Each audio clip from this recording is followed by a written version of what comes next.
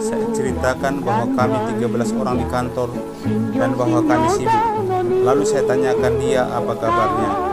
Kemudian saya menyesal telah mengajukan pertanyaan itu, sebab ia rupanya dalam keadaan tidak begitu baik, dan saya tidak suka kepada orang miskin, sebab biasanya kemiskinan itu karena salah sendiri.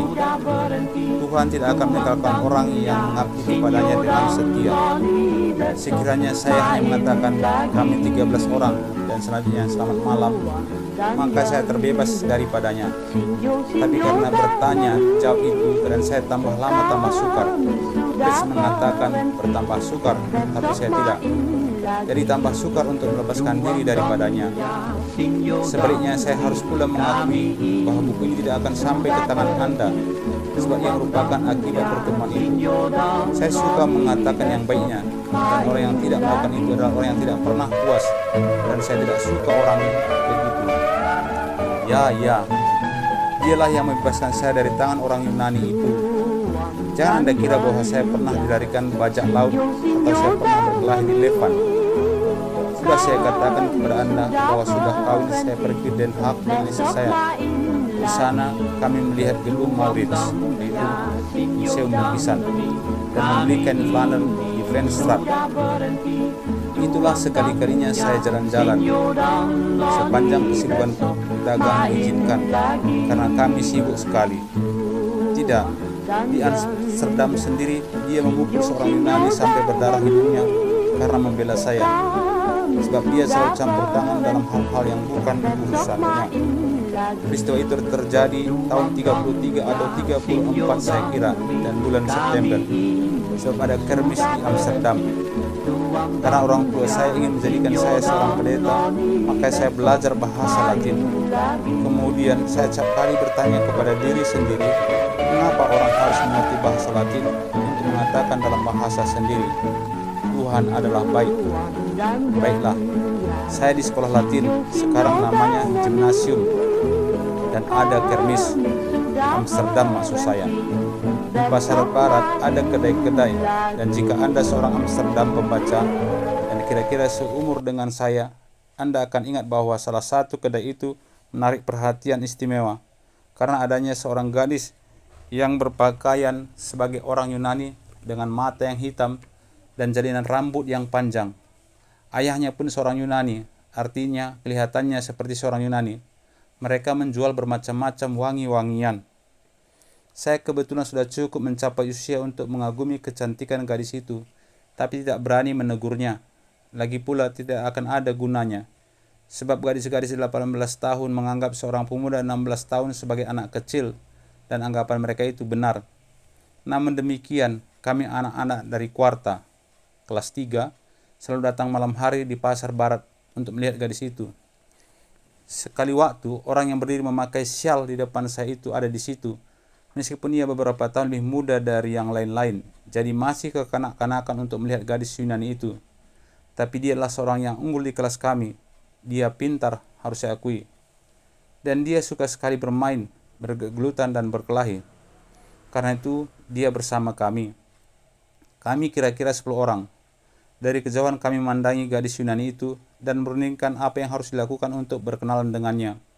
Akhirnya diputuskan untuk mengumpulkan uang dan membeli sesuatu. Tapi kemudian kami mendapat kesukaran untuk menunjuk siapa yang akan menegur gadis itu. Masing-masing ingin, tapi tidak ada yang berani.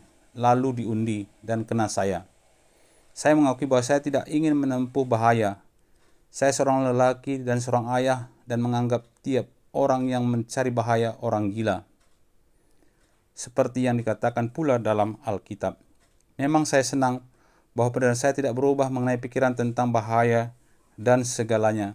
Karena sekarang pun saya masih berpendapat demikian tentang semuanya itu. Seperti malam hari ketika saya berdiri di depan kedai kedua orang Yunani itu, dengan uang 12 kelip yang kami kumpulkan tergenggam di tangan.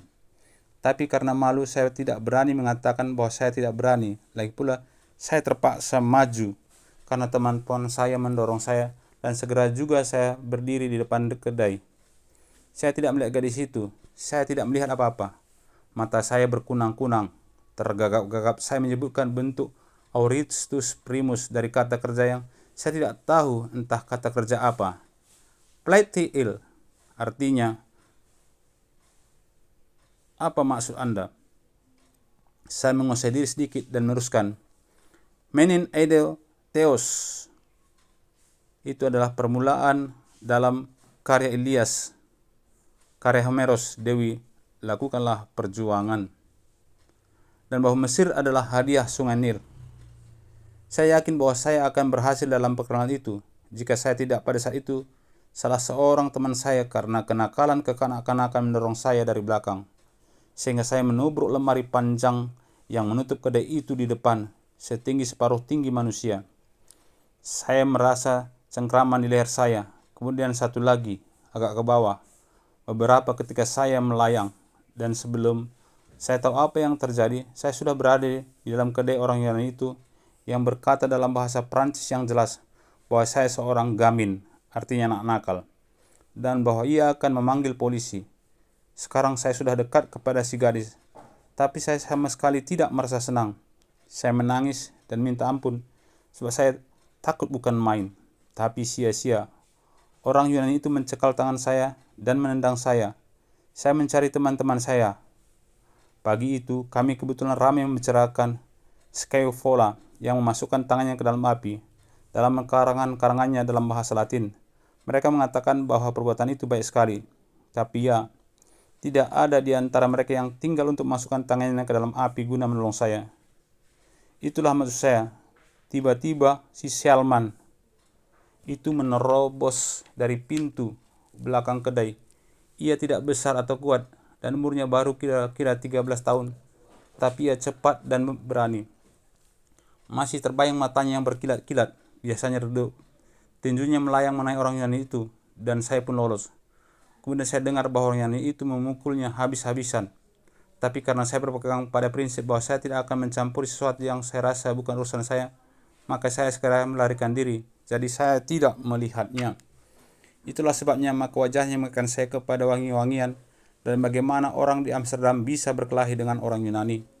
Kemudian apabila ada kermes lagi dan laki-laki itu berdiri di kedainya di pasar barat, selalu pergi ke tempat lain untuk bermain-main. Karena saya suka kepada ucapan-ucapan yang berbau filsafat saudara pembaca, saya ingin mengatakan betapa ajaibnya berbagai hal saling berhubungan di dunia ini. Jika mata si gadis itu tidak begitu hitam, jika jalan rambutnya agak lebih pendek, atau jika orang tidak mendorong saya menubruk lemari kedai itu, maka Anda tidak akan membaca buku ini. Maka bersyukurlah bahwa semua itu terjadi. Percayalah, segalanya di dunia ini adalah baik, sebagaimana adanya, dan orang-orang yang tidak pernah merasa puas yang selalu saya mengeluh, mengatakan teman-teman saya.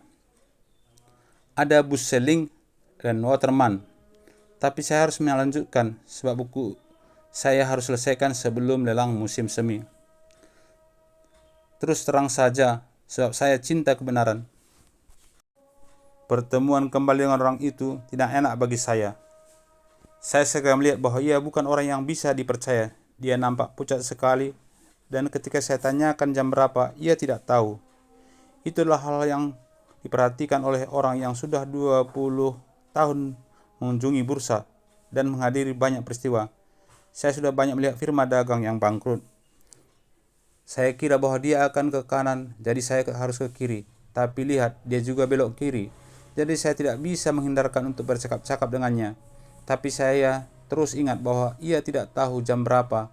Lagi pula saya lihat bahwa jasnya tidak ditutup sampai ke dagu. Itu suatu gaya yang buruk sekali, sehingga saya berbicara sepatah dua patah saja. Ia bercerita bahwa ia pernah ke Hindia, bahwa ia beristri dan punya beberapa orang anak. Saya tidak berkeberatan terhadap semua itu, tapi saya tidak menganggapnya penting.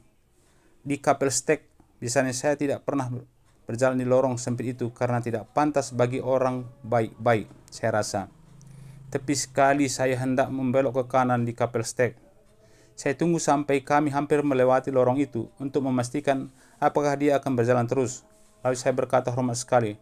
Sebab saya selalu hormat. Kita tidak tahu, mungkin kita akan memerlukan pertolongannya. Saya senang sekali bertemu kembali dengan Tuan. Dan silahkan Tuan berhubungan dengan saya. Saya harus ke kanan. Ia memandang saya dengan aneh dan menarik napas panjang. Lalu tiba-tiba dipegangnya kancing jas saya. Drogstoppel yang baik, katanya. Ada yang hendak saya minta kepada Anda. Saya menggigil. Dia tidak tahu jam berapa dan hendak meminta sesuatu dari saya. Tentu saja saya menjawab bahwa saya tidak punya waktu dan harus ke bursa meskipun malam hari. Dan orang hendak minta sesuatu dari kita tanpa ia mengetahui jam berapa. Saya lepaskan kancing baju saya dan saya memberi salam hormat sekali. Sebab saya selalu hormat dan masuk lorong Kapellstedt. Suatu hal yang tidak pernah saya lakukan karena tidak pantas, dan kesopanan bagi saya adalah segala-galanya. Mudah-mudahan tidak ada yang